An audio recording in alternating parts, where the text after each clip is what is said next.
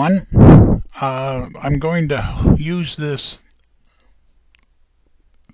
YouTube video to welcome you to the start of our 2013 tax year tax aid program.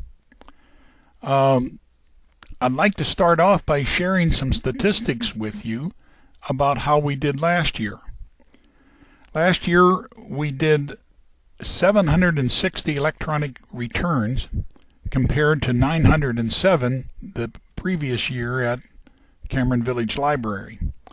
That's a reduction of 16%, and I was surprised that it was that much because for many of the weeks during the season we were very close to previous year's numbers, but toward the end they did fall off. Okay, so that was a 16% reduction in the number of people who we helped out, but to my surprise, that amount of refunds that we brought back into the community was not as severely reduced. It was reduced 11%, and there was about $684,000 that your work and the refunds that the people received from doing your doing their tax return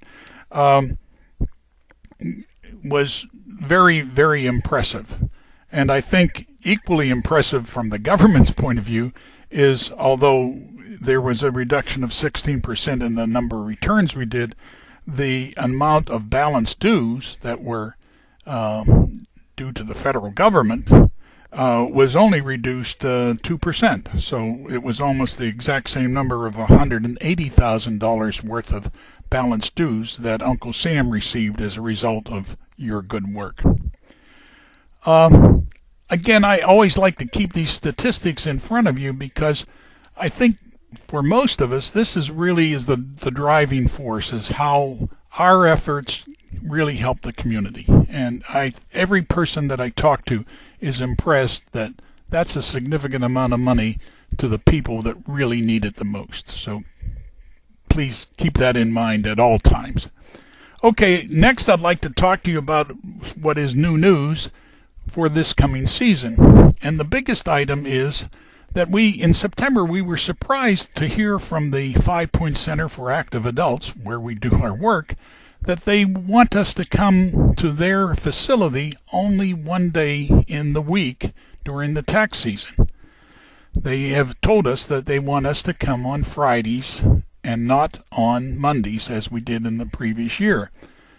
Truthfully, that was a big disappointment to it. It was a surprise and a big disappointment to us, and in an indirect sense, I guess our success was part of the problem. We brought so many people. We probably brought over 1,000 people into their building that had never been there before, and many of them liked what they saw in the other areas of services that the 5 Point Center provided. And now, this year, they have more people asking for more senior citizen programs other than tax returns, that they are booked solid for every room and every opportunity that they have. So they feel that they can only give us one day a week to do our tax preparation thing.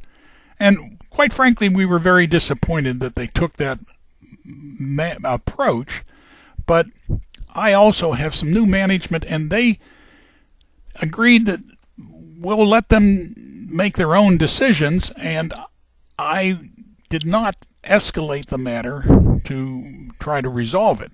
Instead, I and Jim Shaughnessy went looking for other locations where we might provide services for that second day in the week. And I'm happy to announce that very, very close to the 5 Point Center, actually it's the closest church, is a Westminster Presbyterian Church that is about 300 yards away from the 5 Point Center on East Whitaker Mill Road. And we have visited their facility, and it be very adequate for us to work there, and we intend to do that on Wednesdays. So I'm announcing that for the coming season, we will work Wednesdays at Westminster Presbyterian Church and on Fridays at the 5 Point Center. The times of the day and operation will much be the same, about from 9 in the morning to about 4:30 in the afternoon on both days. Okay, so that kind of gives you and me some operational issues. And one of the things I wanted to offer to you is, in the past, I was hoping that most of you would work 2 shifts a week, either 2 shifts in the morning or 2 shifts in the afternoon. Now I'm kind of saying, if you would like to work 1 8-hour shift and work only 1 day a week, that will be more than acceptable to me. So if that's your pleasure, you'd like to do it only 1 day a week, and if you think you can do it, quite frankly, I'm not certain that I can. 5 hours of tax prep is sort of my upper limit before I start to make mistakes.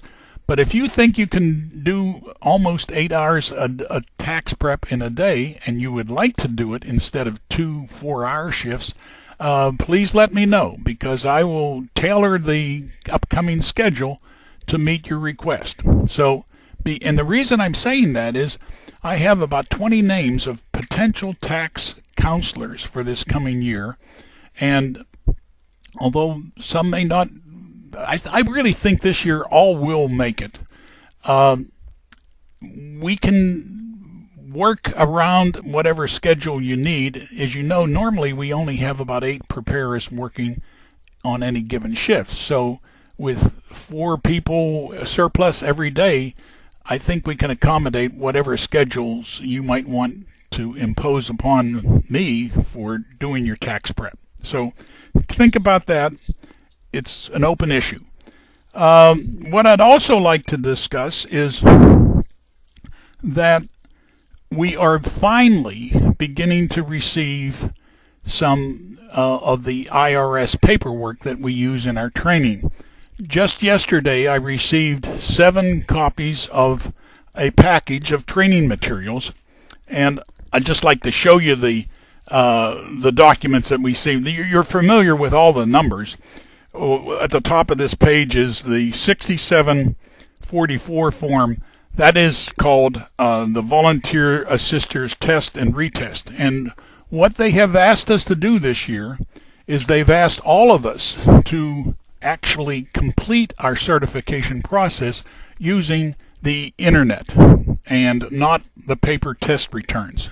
So what we are basically going to do is we're going to do the test on paper and then take the test with us when we sit in front of the computer and do the test online, because we've been assured that if we do the problems that are on the test and on the retest, which is pretty much the same problem, we will be assured that we won't have any surprises when we get to the online test. So that's the test book. The next book that they gave me this year is just like last year, the 4491, which is called the Problems and Exercises book. But what's new with this is they have a little word right below the statement of 2013 returns, and they call it an evergreen version. And what that means is, with our friendly government here, they're asking us not to throw this away at the end of the tax season. This book of problems and exercises is hopefully going to be used for the next 5 years. So hold it and keep it. One other thing that they provide in this that I hadn't seen before is literally they give us the answers to every problem that is in this book. So you ought to be able to see where you're going, and if you make some mistakes, correct them without it becoming a big deal at all. Okay, so that's the second thing. The third thing is what they did just last year. They are giving us a CD that has in it all the training material on a CD form, the 4491, the 4491W, the 4012. 4012 is our favorite book. This is our volunteer resource guide, and they don't call this an evergreen version because it's subject to changes in the tax law. But as you know, it's in a much easier format to use when it's in this spiral notebook than what it was in last year, which was a sort of a hardbound book. So those two items are also in the package. And that basically is it. So let me just tell you, I have received just a very few of these to date, but I've given them to our newest trainees, our newest potential candidates. So I'm waiting for another shipment, and as soon as that comes in, I will either invite you in total, or I will specifically pick, if they come 7 to a box and I get 1 box, I'll invite 7 people to come and pick them up at my house on the front porch, just like we've done in the past. If I can make it easier and maybe meet you at the 5 Points on a certain day, we can work something like that out as well. So that's the news on the training materials. To repeat, I have 20 potential counselors and 3 client facilitators.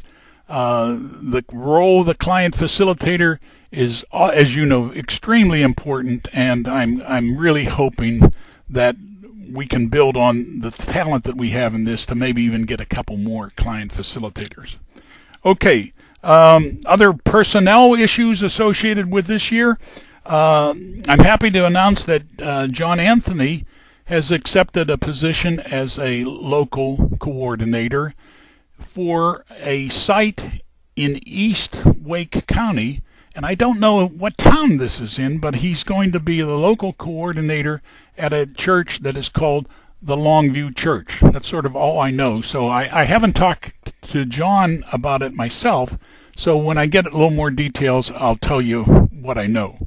Okay, John is leaving our group to do the work in Eastern Wake County.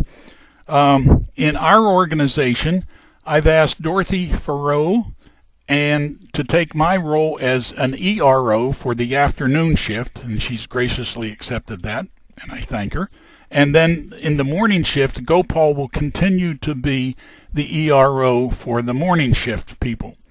Gopal, in addition to that, he is sort of my backup administrator, and he is a big help to me when it comes to managing the templates, as you know, which we have to have done each year so that our typing is somewhat minimized. So thank you again, Gopal, for your services, and Dorothy, welcome aboard to the ERO world. It's not that bad, believe me.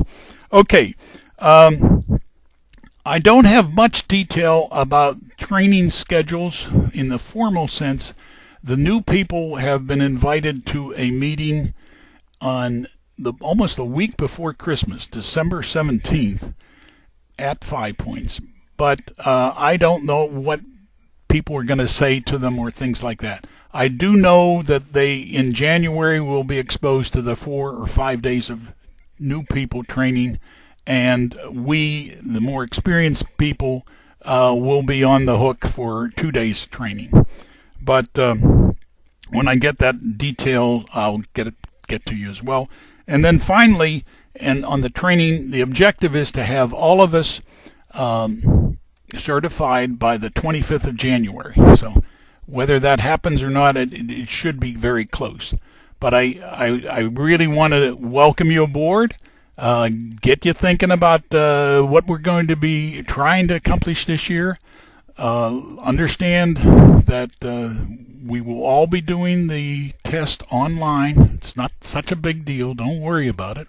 Just let's do the problems, and then we'll be set up for a good report.